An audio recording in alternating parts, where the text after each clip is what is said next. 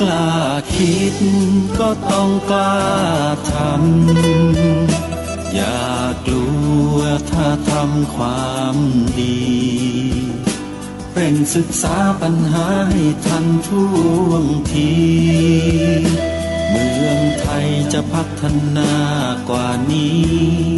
รายการดีๆคดีโลกคดีธรรมขอรำพันบรรยายความคิดเครื่องหมายแห่งสีทั้งสามงามถนัดขาวคือบริสุทธิ์สีสวัสดิ์หมายพระไตรรัตน์และธรรมะคุ้มจิตไทยแดงคือโลหิตเราใสซึ่งยอมสละได้เพื่อรักษาชาติศาสนาน้ำเงินคือสีโสภาอันจอมประชาถ้าโปรดเป็นของส่วนองค์จากริ้วเข้าเป็นไตรรงค์จึงเป็นสีธงที่รักแห่งเราชาวไทยทหารอวตารนำไปยงยุทธวิชัยวิชิตก็ชูเกียรติสยามประเทศไทยที่เจริญมั่นคงมาได้จนถึงทุกวันนี้มิได้เกิดขึ้นจากความหวาดกลัวอย่างคลาดเขลาแต่บรรพบุรุษไทยของเราทุกยุคทุกสมัยล้วนแต่มีความกล้าหาญและชาญฉลาดปกป้องเอกราชสร้างชาติให้เกิดความมั่นคงโดยมีธงแห่งพระไตรรัตน์เป็นเครื่องนำชัยจึงเป็นที่มาที่ไปของรายการคดีโลกคดีธรรมกล้าคิดก็ต้องกล้าทำอย่ากลัวถ้าทำความดีเร่งศึกษาปัญหาให้ทันท่วงทีเมืองไทยจะพัฒนากว่านี้รายการดีๆคดีโลกคดีธรรมรายการดีๆคดีโลกคดีธรรม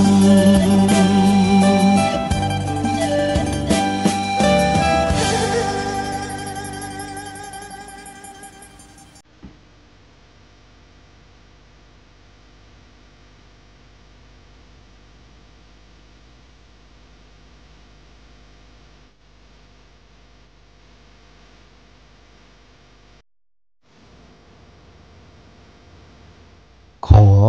กราบถวายความนอบน้อมแด่พระรัตนตรัยถวายความเคารพพระมหาเถระพระเถรานุเถระทุกท่านขอความสุขความเจริญในธรรมจงบังเกิดมีแด่ท่านสาธุชนที่กำลังติดตามรับฟังรายการจากสถานีวิทยุแห่งนี้ทุกท่าน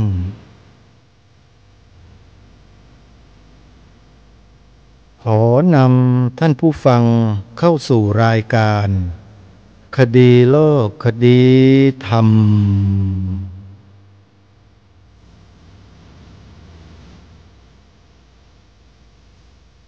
พบกันวันนี้วันขึ้น11 ค่ำเดือนอ้ายวันนี้ตรงกับวันจันทร์ที่1 ธันวาคมพระพุทธศักราช 2568 รายการคดีโลกคดีธรรมมาพบกับสาธุชนเป็นประจำทุกวันทางสถานีวิทยุพระพุทธศาสนาแห่งชาติคลื่นต่างๆสาธุชนสามารถดาวน์โหลดแอปพลิเคชันวิทยุพุทธศาสนาทั่วไทยเพื่อติดตามรับฟังรายการนี้ได้ทุกวันแล้วยังมีรายการธรรมะสาระที่ดีๆจากสถานีวิทยุพระพุทธศาสนาแห่งชาติอีกจำนวนมาก ให้ท่านสาธุชนเลือกรับฟังได้โดยอิสระในแอปพลิเคชันนี้มีสถานีวิทยุพระพุทธศาสนารวมกันอยู่48สถานีแล้วก็มีเพิ่มขึ้นโดยลำดับท่านสามารถเลือกรับฟังสถานีใดก็ได้สาธุชนผู้ฟังทุกท่านในวันนี้เป็นวันเริ่มงานปริวาสกรรมที่วัดศรีอุดมวงศ์ตำบลศรีสงครามอำเภอวังสะพุงจังหวัดเลยโดยท่านพระครูอุดมวรานุวัตรเจ้าคณะตำบลศรีสงครามเจ้าอาวาสวัดศรีอุดมวงศ์เป็นผู้ดำเนินการจัดงานนี้ขึ้นและในงานนี้เปิดโอกาสให้ญาติโยมอุบาสกอุบาสิกาสามารถเนกขัมมะอยู่ร่วมปฏิบัติธรรมตลอดทั้ง10 วันได้แต่ถ้าหากสาธุชนที่อยู่ในต่างถิ่นต่างท้องที่จะร่วมทำบุญสนับสนุนงานนี้ด้วยการบริจาคเป็นค่าภัตตาหารค่าน้ำปานะค่ายานพาหนะถวายแด่พระคุณเจ้าทางวัดศรีอุดมวงศ์ก็ยินดีเป็นอย่างยิ่งสามารถติดต่อสอบถามรายละเอียดเข้าไปได้ที่หมายเลขโทรศัพท์เ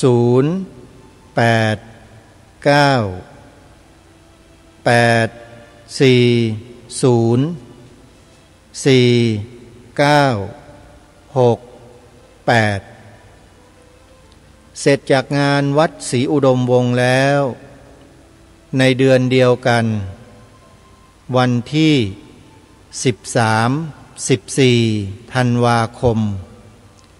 ที่องค์พระธาตุพนมจังหวัดนครพนมจัดงานปฏิบัติธรรมบูชาพระธาตุพนม1 วัน1 คืนไม่หลับไม่นอนมีพระสงฆ์แสดงธรรมตลอดทั้งคืนจนถึงรุ่งเช้าแล้วก็ทำบุญตักบาตรกันในตอนเช้าของวันที่14 ธันวาคมใครสนใจจะร่วมกิจกรรมก็สามารถ walk in เข้าไปได้เลยไม่ต้องลงทะเบียนถ้ามีศรัทธาแล้วไปร่วมงานกันได้ใครที่จะเดินทางร่วมไปกับครูบาอาจารย์โดยเฉพาะในจังหวัดกาฬสินธุ์ให้ติดต่อขอสำรองที่นั่งได้ที่วัดอารามมงคลตำบลยางตลาดอำเภอยางตลาดจังหวัดกาฬสินธุ์หมายเลขโทรศัพท์084 034 4606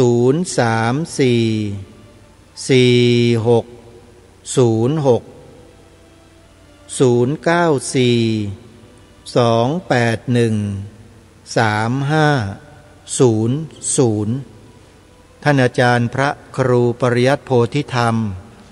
จัดรายการสดในช่วงค่ำบอกบุญญาติโยมในเรื่องการเดินทางไปที่พระธาตุพนมทุกวันญาติโยมสามารถที่จะเข้าไปติดตามรับชมสดๆได้ในเวลาประมาณ20 ทุ่มตรงนะโยมนะ Facebook ใช้ชื่อว่าวัดอารามมงคลวัดอารามมงคลนะเข้าไปชมกันแล้วญาติโยมก็จะทราบถึงขั้นตอนวิธีการดำเนินการรับผู้ปฏิบัติธรรมเดินทางร่วมด้วยให้ติดต่อไปได้นะโยมนะส่วนวัดอื่นๆที่ญาติโยมได้ยินได้ฟังรายการอยู่นี้ญาติโยมลองโทรศัพท์เข้าไปสอบถามครูบาอาจารย์ของตนเองดูนะว่าท่านจะเดินทางหรือไม่แต่ที่แน่ๆก็คือวัดป่าบ้านผืออำเภอรัตนบุรีจังหวัดสุรินทร์โดยท่านพระครูประภัสสมาธิคุณไป ท่านพระอาจารย์สอนเพชรจันทโชโตอุทยานธรรมวังวิโมกข์อำเภอรัตนบุรีจังหวัดสุรินทร์ไปพระครูดมวรานุวัตรยังไม่แน่ไม่ทราบเหมือนกันว่าท่านจะไปหรือไม่แล้วก็ยังมีครูบาอาจารย์ในสายของพระอาจารย์จรัญอนังคโนตอนนี้ท่านเดินธุดงค์อยู่แต่อาจจะมีคณะศิษยานุศิษย์ไปร่วมด้วยก็ลองติดต่อสอบถามครูบาอาจารย์กันดูนะงานปฏิบัติธรรมบูชาองค์พระธาตุพนม13-14 ธันวาคมเสร็จจากงานพระธาตุพนมแล้วมีงานสำคัญที่เราจะต้องไปร่วมกันเป็นงานประจำปีของพุทธบริษัททุกฝ่ายที่มีความสนใจจะอยู่ร่วมบำเพ็ญบารมีกันกับคณะครูบาอาจารย์และอุบาสกอุบาสิกาที่พากันจัดพากันทำกิจกรรมนี้มานานหลายปีแล้วนั่นก็คืองานปฏิบัติธรรมสัญจรครั้งที่ประจำปีพระพุทธศักราช2569ปีหน้าเดือนมกราคมนี้ใกล้จะถึงแล้วโยมปฏิบัติธรรมสัญจรครั้งนี้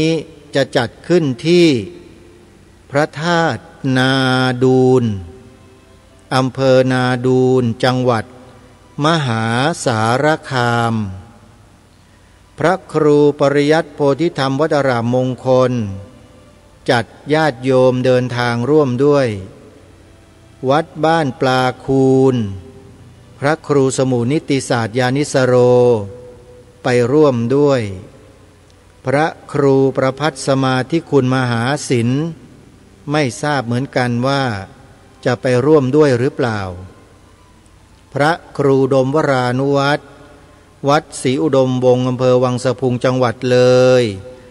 เป็นตัวตั้งตัวตีในการจัดงานปฏิบัติธรรมสัญจรญาติโยมก็ติดต่อขอครูบาอาจารย์ร่วมทางไปด้วยนะท่านจะจัดรถให้โทรศัพท์ไปแต่เนิ่นๆโยม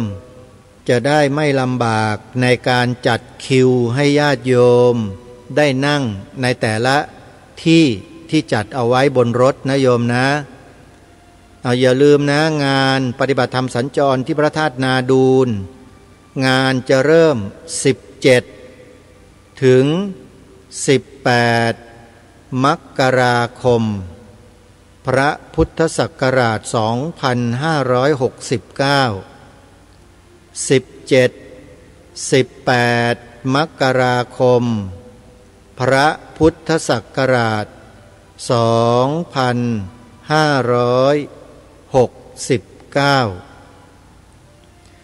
และอีกงานหนึ่งซึ่งอยู่ในระหว่างงาน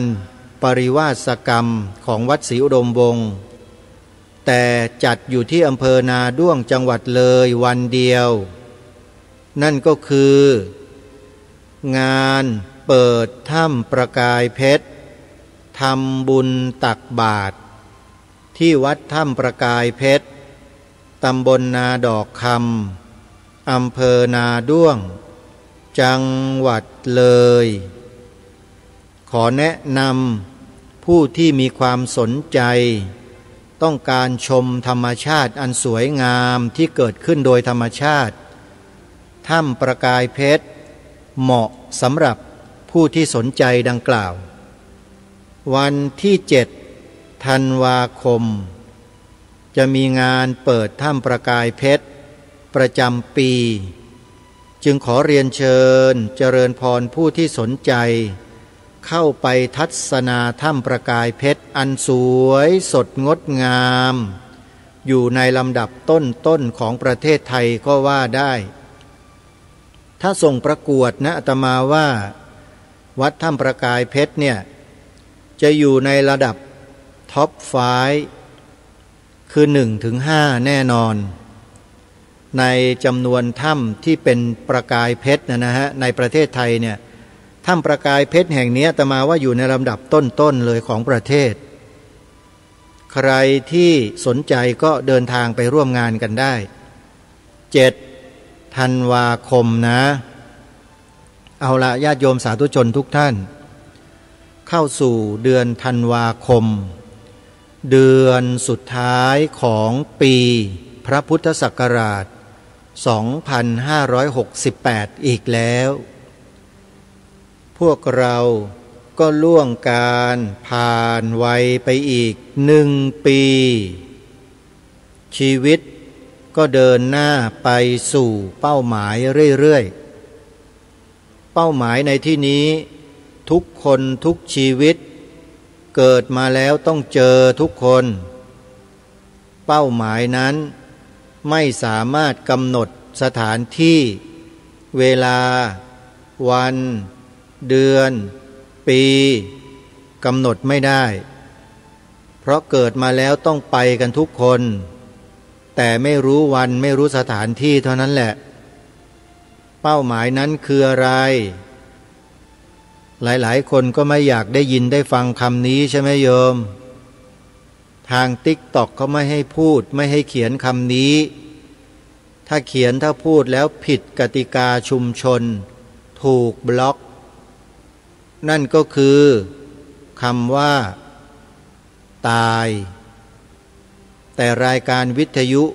พูดได้แต่ถ้าเป็นโซเชียลบางชนิดพูดไม่ได้ก็ไม่รู้เหมือนกันว่าเอาเหตุเอาผลอะไรมาสกัดกั้นมาปิดกั้นคำพูดพวกนี้ก็ทำตามกติกาของเขาก็แล้วกันโยมอย่าไปพูดอย่าไปเขียนคำดังกล่าวจะถูกเขาปิดเขากั้นเอาชีวิตคนเราเกิดมาแล้วเจริญเติบโตเป็นเด็กเป็นหนุ่มสาวเป็นวัยกลางคนแล้วก็เข้าสู่วัยชราบางคนก็ไม่ป่วยไม่ไข้บางคนก็เข้าสู่ห้วงของการป่วยไข้เสร็จแล้วก็เข้าสู่เป้าหมายทุกคนคือความตายเตรียมใจกันไว้หรือยังพวกเราเตรียมใจรับความจริงในข้อนี้กันแล้วหรือยังพระสัมมาสัมพุทธเจ้าทรงสรรเสริญบุคคลที่พิจารณาความตายอยู่ตลอดเวลาพระองค์สรรเสริญนะโยมใครที่เที่ยวไปพูดบอกว่าอย่าพูดความตายเป็นอัปมงคลอย่างนู้นอย่างนี้พูดสวนกับพระพุทธเจ้าสิพระพุทธเจ้าตรัสว่าดีว่าเป็นประโยชน์ให้พิจารณาเนืองๆมรณานุสติไงโยมทำให้เกิดสมาธิได้ด้วยเพราะเป็นหนึ่งในสมถกรรมฐานอยู่ในหมวดอนุสติ10มีพุทธานุสติเป็นต้นนี่แหละคืออนุสติ10ประการหนึ่งในนั้นคือมรณานุสติอนุสติระลึกถึงความตายอยู่เนืองๆทำให้จิตเป็นสมาธิได้และเป็นประโยชน์ตรงไหนเป็นประโยชน์ตรงที่ว่าผู้ที่พิจารณาความตายอยู่เนืองๆเนี่ยเขาจะเห็นสัจธรรมความจริงในขณะที่เขาพิจารณาอยู่นั้นว่าความตายอยู่ไม่ไกลเราเลยอยู่แค่ปลายจมูกเรานี่เองเพราะฉะนั้นเมื่อความตายมันอยู่กับเราแล้วเราจะไปกลัวความตายเพื่ออะไรไม่ต้องกลัวถ้าตายก็ตายไปแต่สิ่งสำคัญคือในขณะที่ยังมีลมหายใจอยู่ต่างหากที่สำคัญกว่าเยอะตอนมีลมหายใจอยู่เนี่ยทำอะไรให้กับตนเองกันบ้างหรือยัง ได้สร้างเกราะป้องกันให้แก่ชีวิตตนเองกันบ้างหรือยัง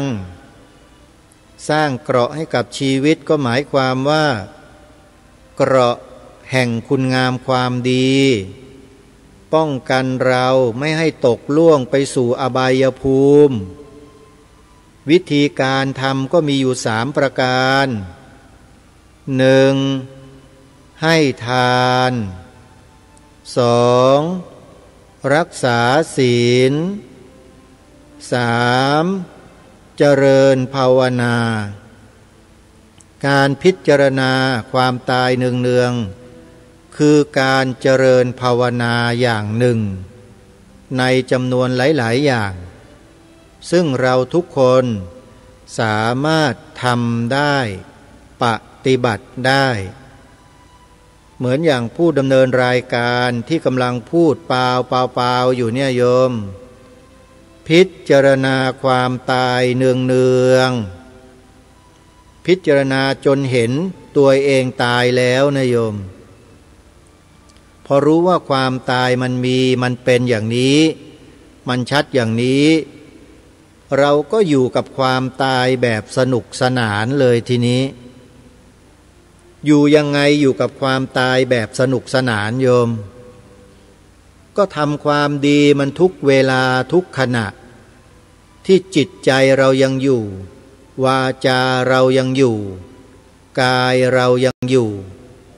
ก็ใช้กายวาจาและใจนี่แหละทำคุณงามความดีเข้าไปทำบรรร่ำไปทำให้ต่อเนื่องใครจะว่ายังไงจะดูถูกยังไงจะเหยียดหยามยังไงจะกลั่นแกล้งยังไงเราก็ไม่เลิกทำคุณงามความดีทำต่อไปทำเพื่อประโยชน์ส่วนรวมเป็นหลัก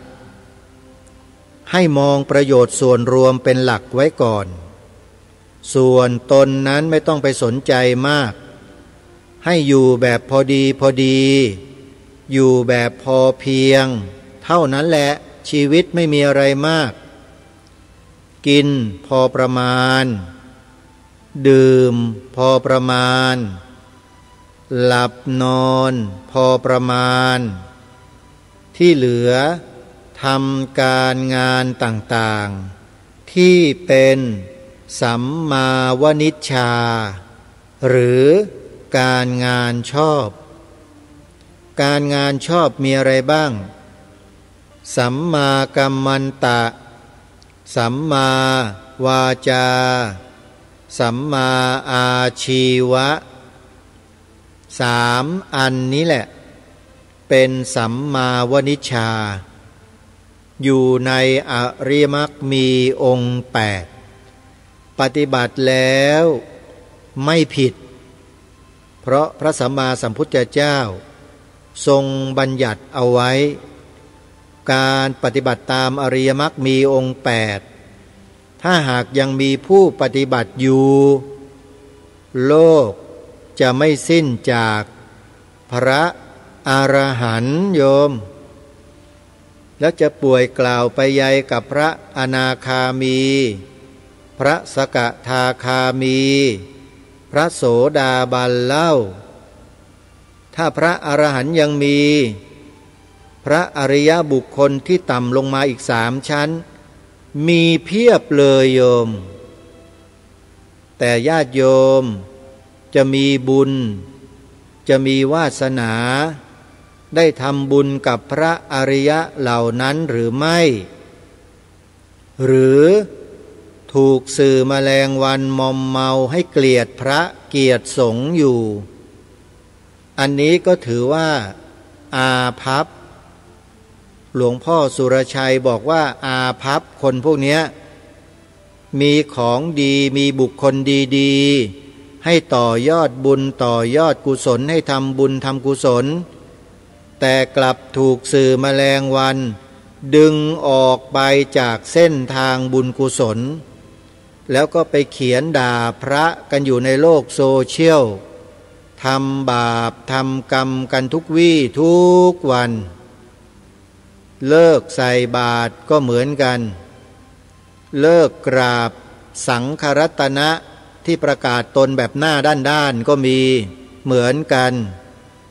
นั่นแหละเขาเรียกว่าคนอาภัพ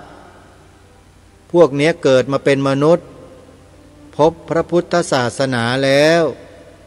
ศึกษาเล่าเรียนมาก็เยอะแต่มนาภัพคนพวกนี้หลวงพ่อสุรชัยท่านบอกจำได้ไหมโยมเดี๋ยวอาตมาจะนำมาให้ฟังกันอีกรอบหนึ่งในวัน2 วันนี้แหละคอยติดตามรับฟังท่านนะโยมนะคนเหล่านี้ที่ไปยืนด่าพระที่ไปใช้ไมโครโฟนดูถูกเหยียดหยามพระใช้ปากกาไปเขียนด่าพระใช้คีย์บอร์ดคอมพิวเตอร์ไปพิมพ์ด่าพระอยู่ในโลกโซเชียลเนี่ยพวกเนี้ยเขาเรียกว่าพวกอาภัพมีบุญแต่กรรมมาบังดันบังให้ตัวเองไปทำบาปบุญอยู่ตรงหน้าแต่ไม่ทำกลับไปด่าบุญด่าแล้วด่าอีกด่าเช้าด่าบ่ายด่าเย็นด่าสายด่าค่ำด่าดึกมันด่าอยู่ในโลกโซเชียลตลอดพวกเนี้ยพวกอาภัพทำบาปทำกรรมตลอดเวลาเพราะจิตใจมันเป็นมิจฉาทิฏฐิมันได้รับเชื้อมาจากไหนล่ะรับมาจากสื่อแมลงวันทั้งนั้นเลยสื่อบ้านเราเนี่ยเป็นสื่อแมลงวันก็มีนะโยมเวลาโยมดูเวลาโยมฟังเนี่ยโยมจะรู้ได้ด้วยตนเองเลยนะว่าสื่อไหนเป็นสื่อแมลงผึ้งสื่อไหนเป็นสื่อแมลงวันญาติโยมจะพิจารณาได้ไม่ยากสื่อไหนที่เป็นสื่อแมลงวันเนี่ยโยมดูไม่ยากเลยสื่อที่นำเสนอข่าวไม่ดีของพระสงฆ์เนี่ยล้วนแล้วแต่เป็นสื่อแมลงวันทั้งสิ้นถ้าสื่อไหนไม่ได้นำเสนอเรื่องราวที่ไม่ดีของพระเสนอแต่สิ่งดีๆของพระไปทำงานทำการช่วยเหลือสังคมไปสอนหนังสือไปเทศไปแสดงธรรมไปอะไรต่อไม่อะไรเนี่ยนั่นแหละเขาเรียกว่าสื่อแมลงผึ้งสมควรที่พวกเราจะเสพจะบริโภคจะดูจะศึกษาเรียนรู้ให้บ่อยๆมากๆพอศึกษาดูฟังเรียนรู้มากๆแล้วจิตใจเราก็จะสูงขึ้นมีปัญญาสัมมาทิฏฐิเพิ่มขึ้นจนกระทั่งสามารถนำพาตนเองเนี่ยให้อยู่รอดปลอดภัยจากแมลงวันและเชื้อต่างๆที่แมลงวันนำมาปล่อยให้เราได้เรียกว่าเป็นการสร้างเกราะป้องกันโรคชนิดต่างๆที่มันจะมาติดกระแสจิตของเราเนี่ยสื่อเหล่านี้บ่อนทำลายจิตใจของมนุษย์ให้เศร้าหมองให้หม่นหมองมัวหมองจิตที่เศร้าหมองจิตที่มัวหมองอยู่บ่อยๆตลอดเวลานะโยมอันตรายมากในคัมภีร์พระอภิธรรมมัทธสังคหะโดยเฉพาะในหลักสูตรวิชาวีธิสังคหะหรือเรียกเป็นภาษาไทยว่าวิชาวิถีจิตท่านกล่าวเอาไว้ละเอียดยิบเกี่ยวกับจิตหลายๆประเภทกว่าจะเกิดมาเป็นมโนภาพกว่าจะมาเป็นเวรเป็นกรรมได้เนี่ยมันผ่านมาหลายต่อหลายชั้นกว่าจะมาถึงชาวนะจิตเสพอารมณ์เป็นเวรเป็นกรรมเนี่ยมันจะต้องผ่านตัวภวังคจิตมาก่อนแล้วก็ผ่านอาวัชนะจิต สันติรณจิตอาวัชนะจิตสันติรณจิตเหล่านี้จนกระทั่งลงสู่ชาวนะจิตเสพอารมณ์เหล่านั้นบ่อยๆจิตที่เสพอารมณ์อย่างไรใจก็จะเป็นไปตามอารมณ์เหล่านั้นเสพสิ่งเศร้าหมองสิ่งขุ่นมัวสิ่งที่เป็นบาปเป็นกรรมสิ่งที่ไม่ดีบ่อยๆจิตและใจเรามันก็จะเป็นอกุศล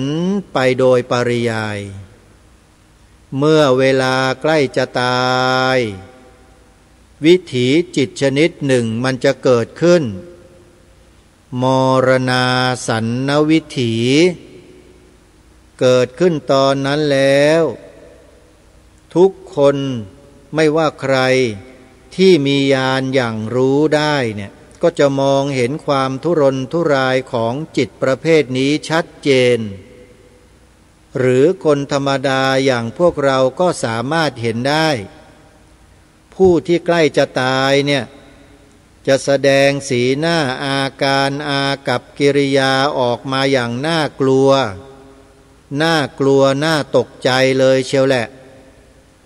นั่นแหละบั้นปลายชีวิตของพวกแมลงวันมันจะไปอยู่ในลักษณะเช่นนั้นเลยโยมแล้วเรายังจะไปเสพสื่อแมลงวันเพื่อจะไปอยู่กับพวกแมลงวันกันอีกหรือเลิกเถอะเชื่ออาตมานะโยมเลิกเสพเลิกดูได้แล้วมาฟังสถานีวิทยุของพระสงฆ์ที่จัดที่ทำกันให้โยมอยู่เนี่ยโยมจะได้รอดพ้นจากอบายภูมิเพราะได้ฝึกฝนได้พัฒนาตนไปกับกระแสแห่งธรรมะสถานีวิทยุพระพุทธศาสนาที่ครูบาอาจารย์ของเราได้จัดตั้งขึ้นตามสถานที่ต่างๆทั่วราชอาณาจักรส่วนมากก็จะตั้งอยู่ในวัดวาอารามต่างๆนี่แหละเรียกว่าสื่อแมลงพึ่งกระจัดกระจายอยู่ทุกทั่วหัวระแหงของประเทศไทยของเราดีนะที่ท่านพระครูจริยสารธรรมเจ้าคณะอำเภอนาด้วงเจ้าอาวาสวัดป่าจริยธรรมเนี่ยท่านใจดีได้นิมนต์ได้เชิญสถานีวิทยุของครูบาอาจารย์ของเราที่ออนแอร์ออกอากาศอยู่ทั่วประเทศเนี่ยมารวมกันอยู่ในแอปพลิเคชันที่ชื่อว่าวิทยุพุทธศาสนาทั่วไทยโยมไม่ว่าจะอยู่ที่ใดในโลกต้องการฟังสถานีวิทยุของครูบาอาจารย์ของตนที่ตนเองเคารพนับถืออยู่ในภาคต่างๆของประเทศโยมดาวน์โหลดแอปพลิเคชันวิทยุพุทธศาสนาทั่วไทยนี้ไว้ในโทรศัพท์แอปเดียวเท่านั้นแหละ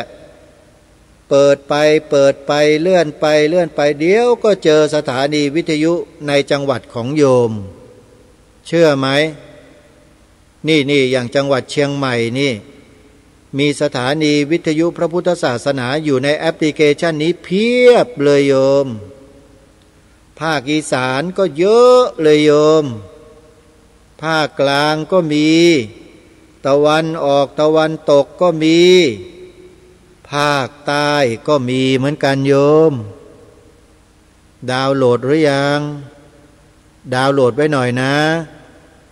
โทรศัพท์ที่สามารถดาวน์โหลดได้เนี่ยเป็นโทรศัพท์ระบบเดียวนะโยมระบบ Android เท่านั้นแต่ก็ไม่ใช่ว่าระบบอื่นๆจะไม่สามารถฟังได้นะฟังได้เหมือนกันเข้าไปในเว็บไซต์แล้วพิมพ์ชื่อสถานีวิทยุที่โยมรู้จักอาจจะได้ฟังก็ได้โยมเพราะครูบาอาจารย์บางทีท่านก็ไปฝากไว้ในเว็บไซต์ของคนอื่นโยมพิมพ์ชื่อแล้วก็อาจจะได้ฟังก็ได้แต่ที่แน่ๆก็คือ Facebook ของครูบาอาจารย์ของวัดวารามต่างๆเนี่ยส่วนมากก็ได้เปิดเฟซบุ๊กกันไว้แล้วโยมก็เข้าไปติดตามรับชมรับดูรับฟังกันได้แต่ถ้าจะให้สบายที่สุดง่ายที่สุดเร็วที่สุดสะดวกที่สุดโหลดแอปพลิเคชันนี้เลยวิทยุพุทธศาสนาทั่วไทยฟรีไม่เสียตังค์แต่มีคุณค่ามหาศาลข้ามภพข้ามชาติถ้าหากเราได้ฟังจึงขอฝากญาติโยมทุกท่านทุกคนนะอย่าตระหนี่อย่าทีเหนียวอย่าหวงความรู้บอกต่อกันไปให้เพื่อนญาติธรรมของเราเนี่ยได้ดาวน์โหลดแอปพลิเคชันนี้ไว้ในโทรศัพท์มือถือกันด้วยเราผู้บอกเนี่ยก็จะได้บุญเหมือนกันโยมได้บุญเหมือนกันเลยเป็นการให้ธรรมะเป็นทานนะโยมนะนี่ก็ถือโอกาสแจ้งบอกกับญาติโยมสาธุชนไปในตัวด้วยเพื่อไม่ให้พลาดโอกาสกันนะโยมนะเมื่อวานนี้มีโยมท่านหนึ่งเป็นสุภาพบุรุษโทรศัพท์เข้ามาในรายการคดีโลกคดีธรรมบอกว่าฟังรายการคดีโลกคดีธรรมประกาศว่าที่วัดป่าจริยธรรมเนี่ยเขาประชาสัมพันธ์เชิญชวนญาติโยมทำบุญซื้อที่ดินถวายวัดป่าจริยธรรมโยมโทรศัพท์มาถามอาตมาก็เลยให้โทรศัพท์ไปที่วัดป่าจริยธรรมโดยตรงเลยโยมคนนี้ฟังรายการคดีโลกคดีธรรมอยู่ที่สถานีวิทยุวัดหนองกาย 99.75 เมกะเฮิรตซ์ออกอากาศที่สถานีนี้เวลา 9 นาฬิกาคุณโยมวิสุทธ์ฟังรายการประกาศก็เลยโทรเข้ามาอาตมาก็แนะนำให้โทรเข้าไปที่เจ้าอาวาสโดยตรงอนุโมทนาบุญกับโยมวิสุทธ์ด้วยนะชีวิตของโยมไม่ตกต่ำแน่นอนได้ทำบุญกับพระได้ทำบุญกับวัดวาอารามในพระบวรพุทธศาสนานะโยมถ้าโยมไปทำที่อื่นอาตมาไม่รับประกันนะว่าจะได้บุญมากแค่ไหนหรืออย่างไรแต่ถ้าทำบุญกับเนื้อนาบุญคือพระสงฆ์สามเณรเป็นต้นอันนี้ได้บุญแน่นอนอย่างน้อยๆพระสงฆ์สามเณรเหล่านี้ก็นำปัจจัยโยมเนี่ยไปสร้างบุญให้เกิดงอกงามไพบูรย์ยิ่งขึ้นอย่างโยมซื้อที่ดินถวายวัดป่าจริยธรรมใช่ไหมที่ดินที่โยมถวายเนี่ยทางวัดก็จะนำไปใช้ประโยชน์สารพัดสารเพเลยโยมผู้ปฏิบัติธรรมวิปัสสนากรรมฐานศึกษาเล่าเรียนธรรมฟังเทศฟังธรรมปฏิบัติธรรมก็จะได้ใช้ที่ดินที่โยมถวายนี่แหละต่อยอดบุญยอดกุศลไปเรื่อยๆตลอดทั้งปีทั้งชาติโยมวิสุทธ์ว่าได้บุญไหมโยมอาตมายังทำไป2 ตารางวาเลยก็ปรารถนาบุญเหมือนกันโยมอาตมาภาพก็ยังต้องเวียนว่ายตายเกิดเหมือนอย่างญาติโยมนั่นแหละเพราะยังเป็นปุถุชนอยู่ฝึกฝนอยู่ปฏิบัติอยู่สั่งสมบุญญาบารมีเหมือนโยมนั่นแหละแต่โอกาสดีกว่าโยมเยอะเพราะไม่ต้องไปทำกับข้าวไม่ต้องไปล้างถ้วยล้างจานไม่ต้องไปทำงานอะไรให้มันเกิดความวิตกกังวลจิตใจโยมมีโอกาสมาบรรพชาอุปสมบทเป็นพระภิกษุในพระพุทธศาสนาตัดปัญหาเรื่องครัวเรือนทิ้งไปได้เลยโยมก็มาทำตามสมณกิจที่พระสัมมาสัมพุทธเจ้าพ่อแม่ครูบาอาจารย์ ท่านได้วางท่านได้กำหนดเอาไว้อยู่ในหลักของไตรสิกขานี่ละโยมเราก็สนับสนุนกันช่วยกันให้พระสงฆ์ท่านปฏิบัติได้ปฏิบัติอยู่แล้วก็ดูแลพระศาสนากันต่อไปใครที่มีความสามารถมีกำลังก็ไปศึกษาเล่าเรียนพระบาลีนักธรรมพระอภิธรรมบาลีใหญ่เพื่อทรงไว้ซึ่งหลักธรรมคำสอนของพระสัมมาสัมพุทธเจ้าที่ถูกต้องเที่ยงตรงที่สุดนั่นก็คือพระบาลีอัฏฐกถาดีกาคันถีโยชนาศรัทธาวิเศษพระสงฆ์เหล่านี้ก็ได้รับกำลังสนับสนุนจากญาติโยมนี่แหละสืบต่ออายุพระพุทธศาสนาออกไปให้ยาวไกลเรื่อยๆถ้าโยมไม่สนับสนุนโยมใจขุ่นใจเบาไปหลงเชื่อสื่อแมลงวันอันนี้ก็ถือว่าโยมเนี่ยอาภัพโชคอาภัพบุญกุศลเห็นแต่สิ่งไม่ดีสิ่งดีๆมีดาษดื่นเป็นหมื่นแสนโยมไม่แม้นที่จะเหลียวสายตาเห็นแต่แมลงวันนำสิ่งเลวร้ายหลายๆประเด็นโยมก็เล่นกับสื่อโดนคือคาในที่นี้ก็คือบาปอกุศลเล่นงานโยมตลอดเห็นไหมล่ะ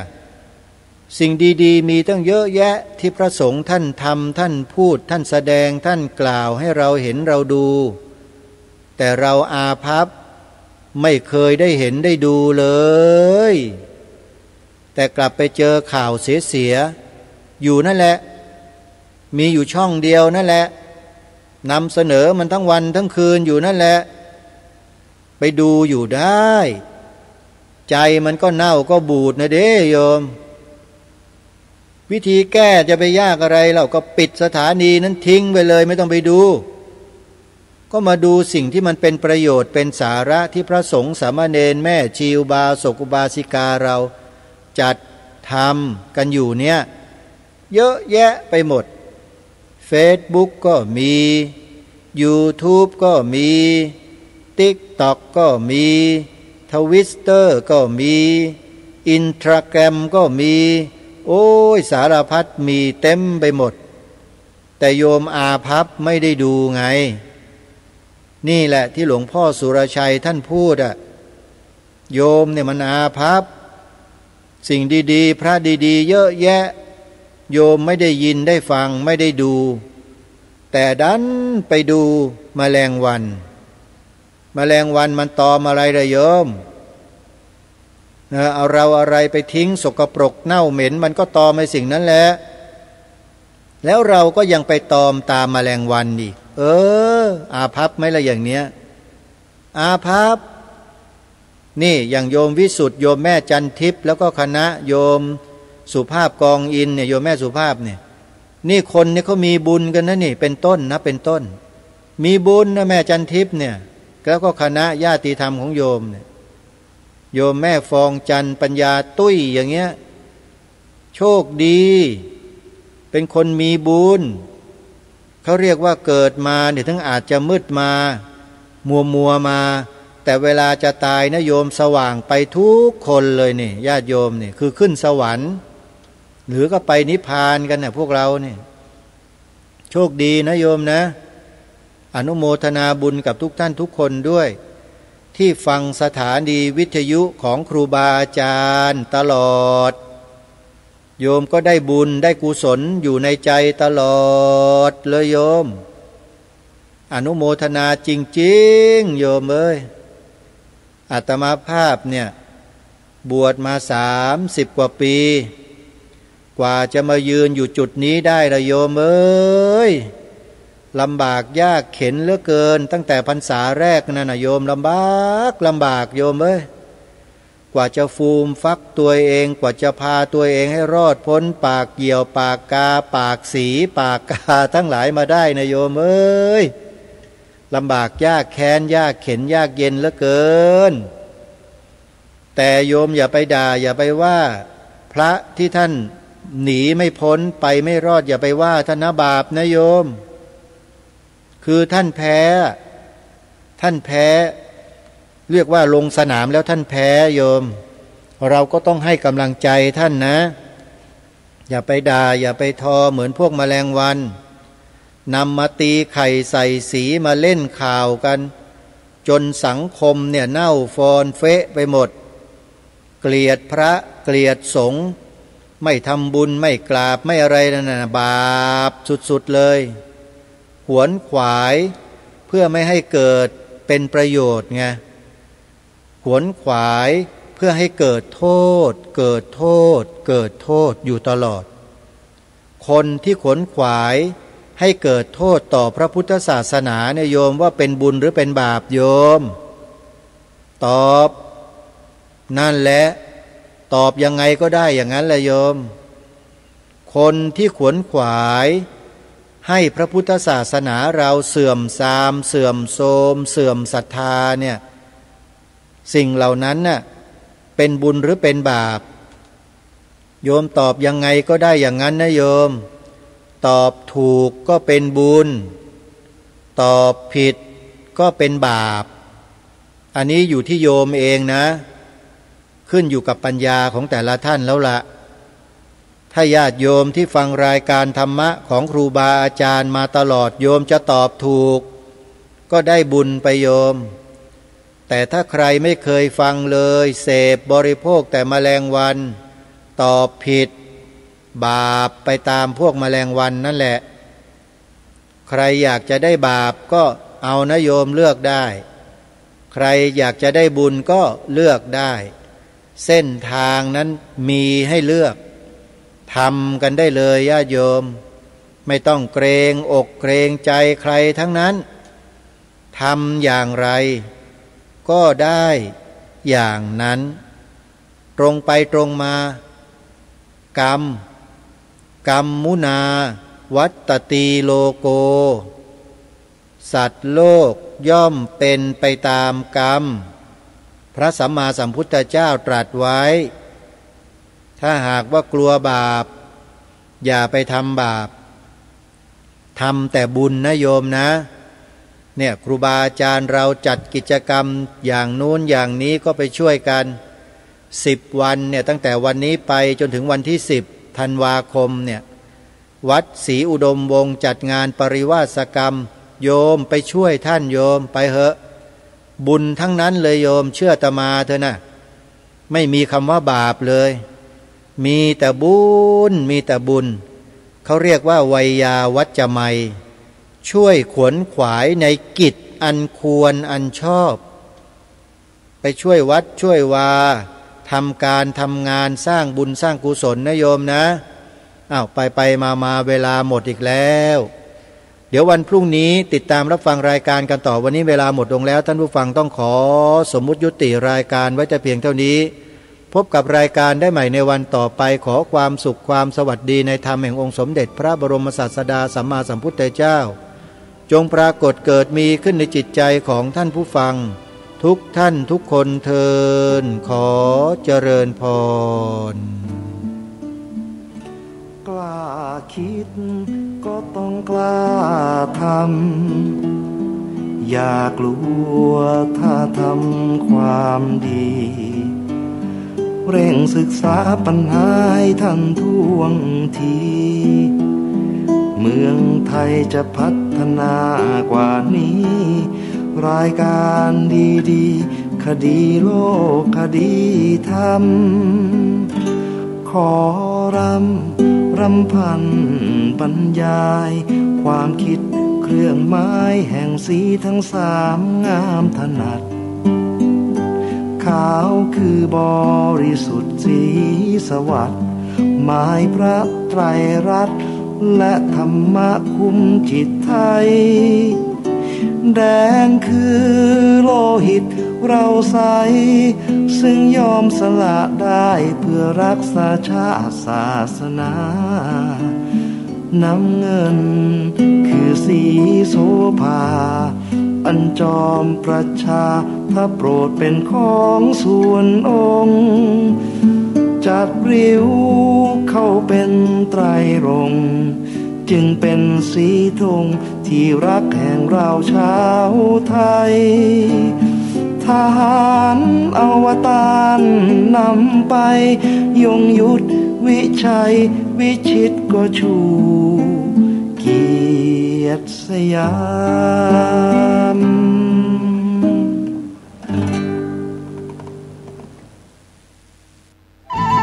ที่จบไปแล้วนั้นเป็นรายการคดีโลกคดีธรรม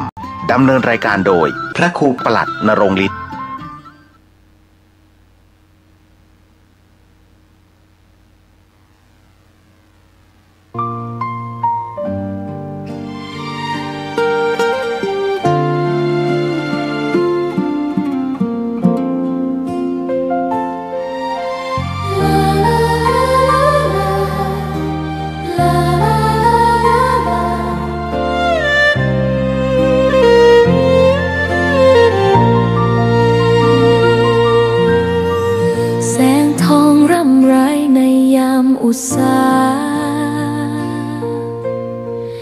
ยังเห็นพระเมตตาอยู่ทุกแห่งหนน้ำพระทัยฉโลมใจคนทั่วพื้นแผ่นดินยังอบอุ่นรอยยิ้มพระพักตร์ยังส่องแสงในดวงใจไทยไม่ลืมเสียงสายลมแผ่วเบาเหมือนเอ่ยคำปลอบว่าพระองค์ยังอยู่ใกล้ขอกราบแทบบาทด้วยรักนิรันดร์น้ำตาหลั่งพลันจากใจคนไทยแม้เสด็จสู่ฟ้าไกลแต่พระหฤทัยอยู่ในแผ่นดินนี้